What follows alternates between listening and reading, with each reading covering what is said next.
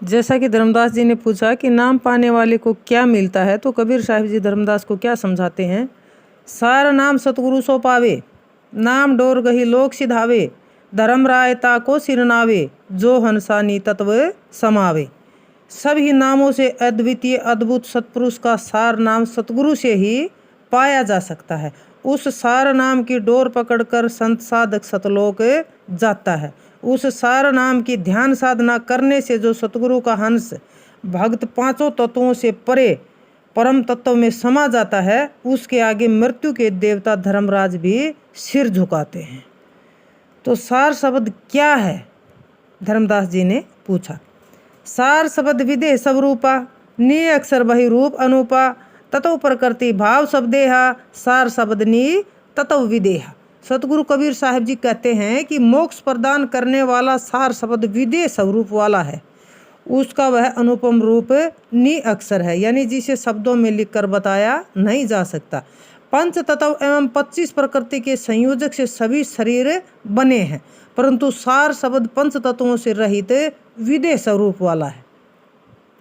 इसमें साहिब जी ने विशेष बताया कि सार शब्द कोई सामान्य शब्द नहीं है, बल्कि वह सभी शब्दों से परे है। सतगुरु कबीर साहिब कहते हैं कि शब्द को मानने वाले शब्द तो बहुत कहा करते हैं, परंतु वह सार शब्द तो समस्त शब्द समूह एवं देह से परे परम पिता परमात्मा स्वरूप है। वह कहने में भी नहीं आता, उसको अच्छी तरह जांच परख लो।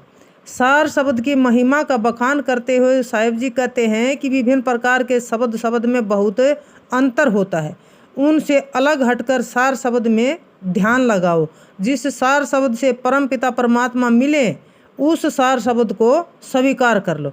साहिब जी कहते हैं कि सार शब्द के बिना ज्ञान के जीव मृत्यु के बंधन में पड़ जाता है। यह शरीर एवं संसारिक धन दौलत आदि ये सब कुछ ही समय साथ रहते हैं और फिर छूट जाते हैं। अतः सार शब्द से ही सही अर्थ विचारे समझ लो। जो संत साधक निज आत्म स्वरूप एवं परम पिता परमात्मा का ज्ञान कराने वाला सार शब्द जान समझकर जिसने भी उस पर विश्वास किया, वह जीव कोय से कुर्बुद्धि को त्याग कर हंस की सुमित को धारण करके इस मोह माया के भवसागर से पार हो गया। इस तरह से इस सार शब्द की जितनी भी प्रशंसा कही जाए कम ही है।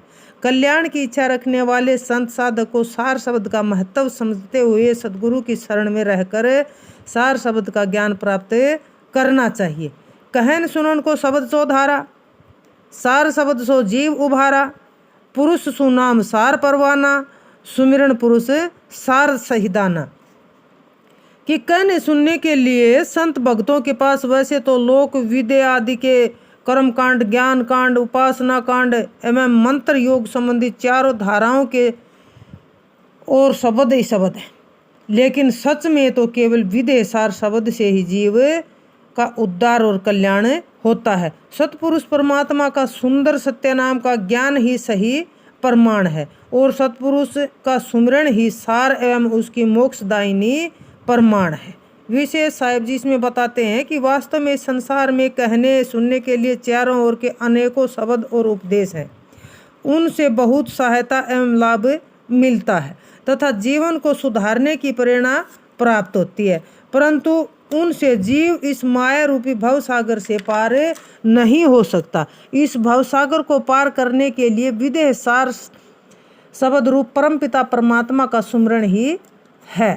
अतः कल्याण की इच्छा रखने वाला को चाहिए कि वह अपने साकार सतगुरु को परम पिता परमात्मा के रूप में देखें और उनसे सार शब्द की दीक्षा ग्रहण करें।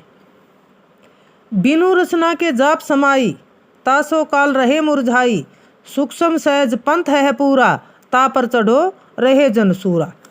ब्रह्म जगत से ध्यान हटाकर तथा अंतर्मुखी होकर शांत चित्त वर्ती से सार शब्द के अजपा जाप सुमिरन में जो लीन हो जाता है, लो लगाता है, उससे काल उदास हो जाता है।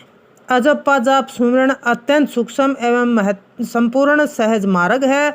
उस सहज मार्ग पर सूरवीर संत साधक हमेशा चढ़ा रहे। नहीं वह शब्द न सुमिरन जापा, पूर्ण वस्तु काल दिख दापा। हंस भार तुमरे सिर दिन्हा, तुमको कहो शब्द को चिन्ह। सतगुरु कबीर साहब कहते हैं कि सार शब्द मुंह से बोलकर सुमिरन जाप का नहीं होता, और सार शब्द स्वरूप पूर्ण पुरुष के सामने काल दिखाई नहीं पड़ता।